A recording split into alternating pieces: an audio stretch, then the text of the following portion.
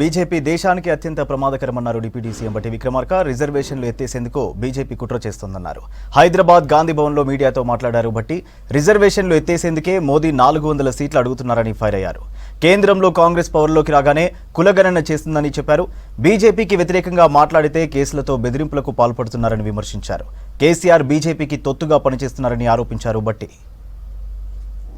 ఈ దేశంలో వెనుకబడి ఉన్నటువంటి దళిత గిరిజనులు బలహీన వర్గాలకు సంబంధించి వారి హక్కులు, వారికి రావాల్సినటువంటి వాటా నష్టపోయేటువంటి ప్రమాదం భారతీయ జనతా పార్టీ ప్రభుత్వం ద్వారా చాలా స్పష్టంగా కనిపిస్తూ ఉంది. భారతీయ జనతా పార్టీ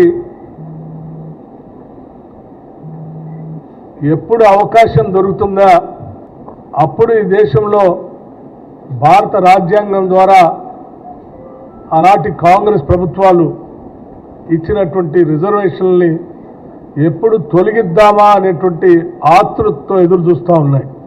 మాకు 400 సీట్లు ఇవ్వండి, మేము చేయాల్సింది చాలా ఉన్నాయి,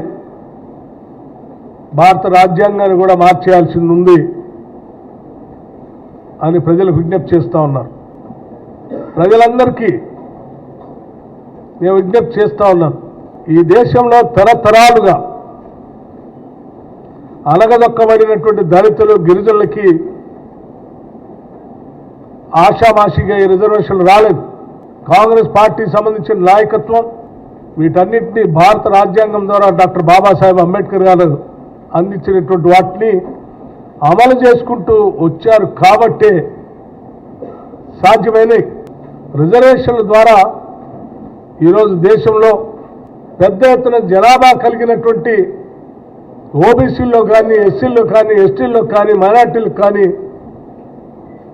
జనాభా దామాషా ప్రకారం ఆ వనరులు, ఆస్తులు, సంస్థలు లేకపోతే అధికార, రాజ్యాధికారం పొందలేకపోతా ఉన్నారు. ఎట్టి పరిస్థితుల్లో కూడా ప్రజాస్వామ్య స్ఫూర్తే మెజార్టీ ప్రజలకి రాజ్యాంగ ఓటా, ఆ ఓటా ద్వారా ఈ దేశంలో ఉన్న వనరులు వాళ్ళందరికీ చెందేటట్టుగా చేయటమే అదే అసలు సిసలైన రాజ్యాంగ స్ఫూర్తి అని చెప్పి, అటువంటి స్ఫూర్తితో కూడినటువంటి భారతీయ ప్రజాస్వామ్యాన్ని కాపాడటం కోసం ఈ దేశంలో జనాభా సంబంధించినటువంటి ఓబీసీల జనగణన, ఓబీసీ కాస్ట్ సెన్సస్ చేపిస్తాం.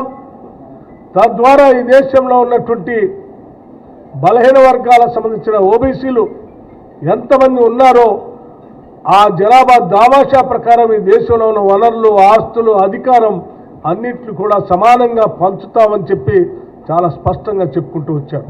తెలంగాణలో కాంగ్రెస్ ప్రభుత్వం రాగానే ఇక్కడి నుంచే కాస్ట్ సెన్సస్ మొదలు పెడతామని కూడా వారు మాట ఇవ్వటమే కాదు, ఆ ఇచ్చిన మాట ప్రకారం ఈ రాష్ట్రంలో కాంగ్రెస్ ప్రభుత్వం ఏర్పడిన తర్వాత రాష్ట్ర శాసనసభలో మేమందరం కలిసి ఏకగ్రీవంగా కాస్ట్ సెన్సస్ సంబంధించి తీర్మానం